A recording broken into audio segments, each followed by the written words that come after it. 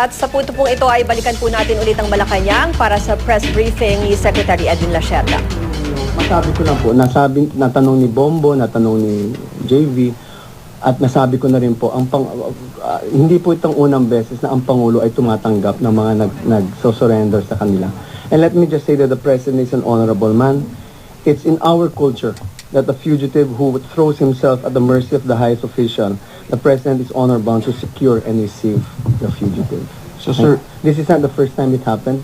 We'll give you the details of other administrations where the President has received a fugitive.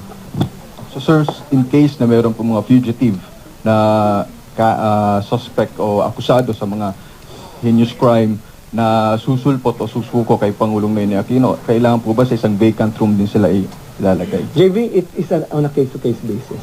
I think you're trying to trap us to saying something, but it's a case-to-case basis. Let's not go that way. Sir, last question na lang po.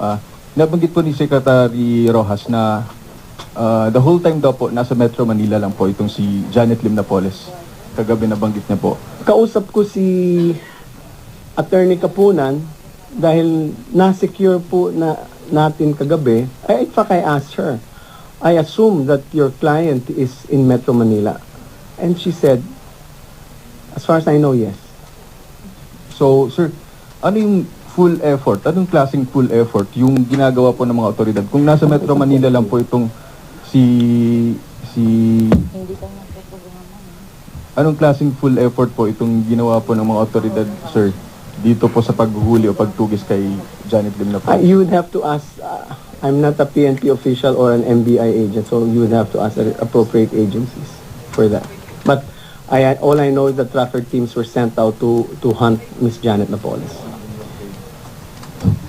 Sir, we have a phone-in question from Junling Coran of DZMM. Ang basis daw ng detention palang po ni Napoles ay sa illegal detention case.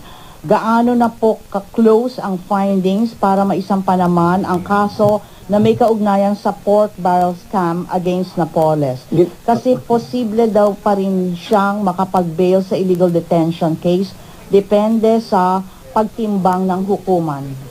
Tanong po ni Junling Coran, phone-in. Paano ulit? Allah? Oh, the investigation, wait, that's nagsabi na yata, I don't know if nagsalita na si Secretary Laila de Lima.